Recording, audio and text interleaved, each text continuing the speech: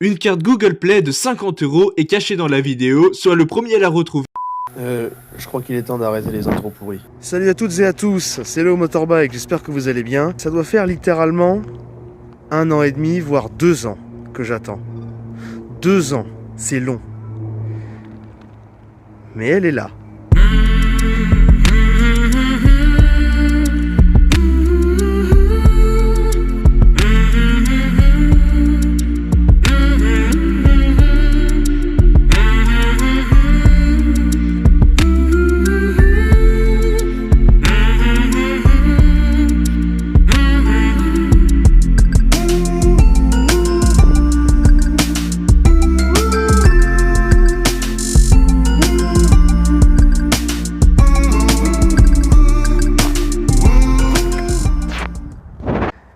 C'est après quasiment 2 ans d'attente que j'ai l'honneur et le plaisir de vous présenter la Châtenay CH40.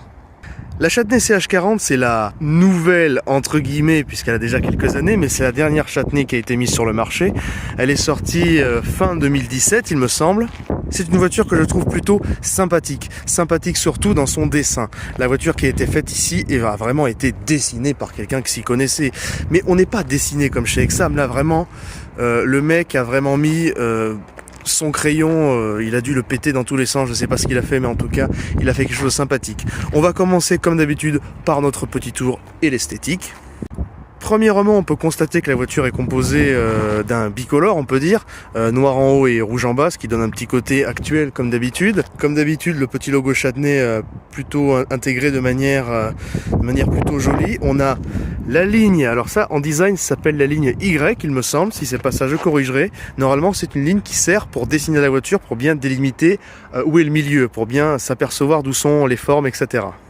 Nous avons 2 petits anti-brouillards à l'avant et également 2 petits anti-brouillards à l'arrière.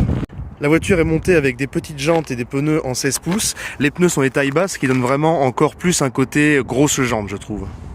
Après, c'est vrai que bien que dessinée, la voiture n'a pas trop d'artifices. On n'a pas de petits artifices ici d'autocollants en bas ou même de petites choses.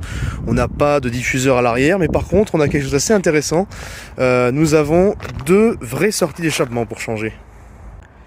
Nous avons quelque chose de très intéressant ici, nous pouvons constater, et ça je ne l'avais même pas vu moi-même, déjà nous avons les anti-brouillards.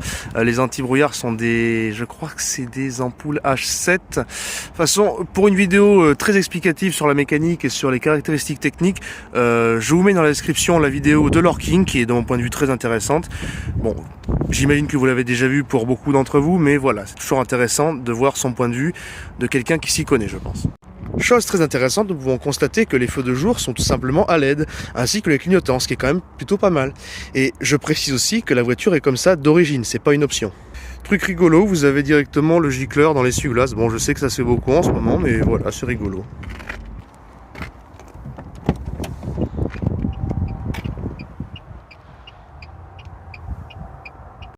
Une fois n'est pas coutume, je vous propose de commencer par le coffre. Alors, déjà, je vais vous montrer également la clé. Vous pouvez constater qu'on a, exactement comme chez Exam, les 3 boutons, c'est-à-dire fermeture, ouverture et ouverture du coffre.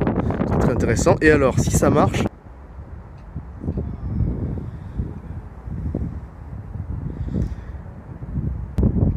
comme vous pouvez le constater, la voiture dispose d'un coffre automatique. Non, je plaisante. En fait, c'est simplement les vérins qui sont assez puissants. Bon, ils sont pas non plus ultra puissants parce qu'il a fallu 3 ou 4 secondes avant que le coffre se lève, mais on c'est rigolo, comme ça on a une espèce de coffre automatique. Au niveau du coffre, alors on a quand même une certaine place. Le seuil de chargement est plutôt pas trop mal. Enfin, je dis le seuil de chargement, mais je crois que c'est plutôt la hauteur. Donc la hauteur du coffre est pas trop haute, en tout cas ici il n'y a pas de sol, en fait ça descend pas, on a à peine quelques millimètres, je crois qu'on a à peu près 1 ou 2 cm. Le coffre est pas exceptionnel par contre, la plage arrière est d'extrêmement mauvaise qualité, vous voyez ça se pète la gueule, voilà ici ça se casse, bon la voiture est de 2018 mais quand même. Au niveau de l'intérieur, on retrouve, je trouve, un très joli coup de crayon, c'est quand même assez fabuleux.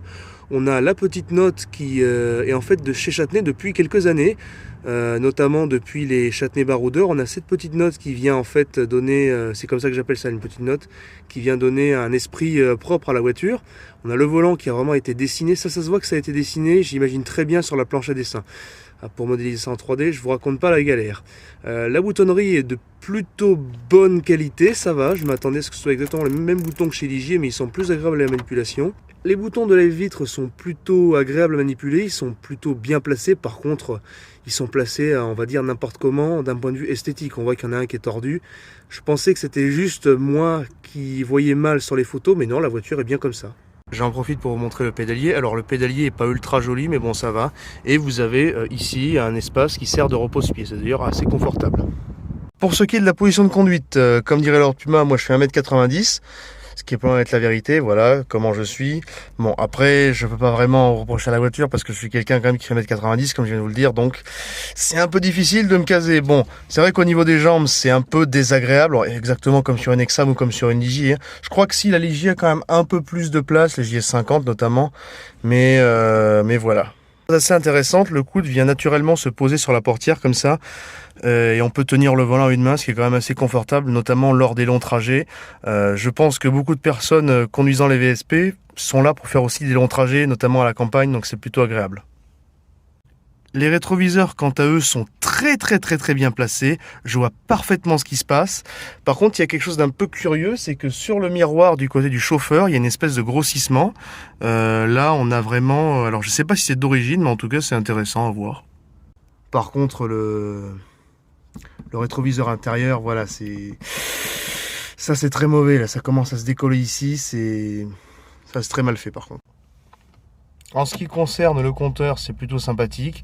Bon, ça ressemble quand même vachement au compteur des Exam, mais on a un peu plus design, on va dire. Ici, vous pouvez constater que vous avez une petite forme. Encore cette fameuse forme qu'on retrouve partout, notamment sur le capot, ici, derrière, sur le siège, etc. C'est vraiment une forme qui revient partout chez Châtenay. C'est vraiment la marque de fabrique de la marque. Bon, c'est plutôt joli, c'est très lisible.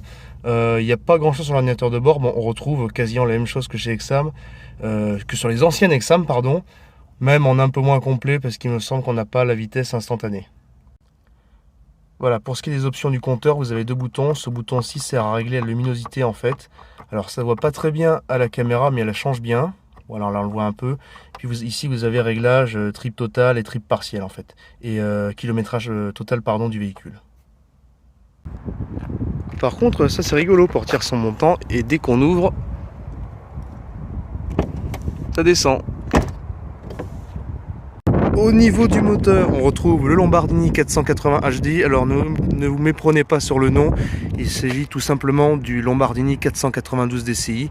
C'est exactement le même moteur à part que les constructeurs changent le nom en fonction des voitures. Voilà. 480 HD, c'était également le moteur qu'on pouvait retrouver à une certaine époque, pardon, sur les Exam, époque 2014-2015 on va dire. Voilà. Allez, on se retrouve à l'intérieur pour un petit essai. Bon, ça fait un peu de bruit, hein. Ça, la fameuse boîte Châtenay, JDM et Casalini, qui est assez imprécise. Voilà, c'est pas très confortable. D'ailleurs, il y a un souci, ça passe en drive alors que j'arrête pas de passer en marche arrière. Et c'est une fois que la voiture démarre que l'ordinateur de bord se dit merde, je suis en drive en fait. Alors voilà, petite preuve que c'est un 492 DCI. Hop, j'enlève le pied du frein. Oh, ça avance. Bon, c'est bien là. La voiture n'a pas la direction assistée, mais le volant est assez souple pour l'instant. Et d'ailleurs, tout au long de la conduite, le volant est assez souple. Hein. La voiture marche assez bien au démarrage. Alors oui, les gens disent oui, les voitures sans manuel, ça marche pas, mais vous êtes largement au-delà de l'accélération d'un scooter en tout cas. Allez hop, c'est parti, il n'y a personne.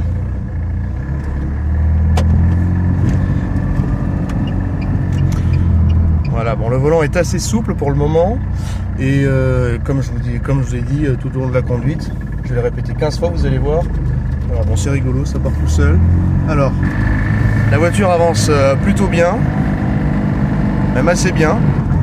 C'est presque surprenant en fait, hein, parce que la voiture n'est pas forcément rapide, mais le moteur est très vif.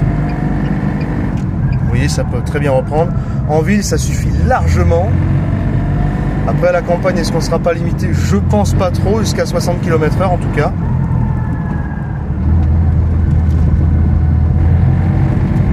Allez, on va essayer de doubler la Tesla.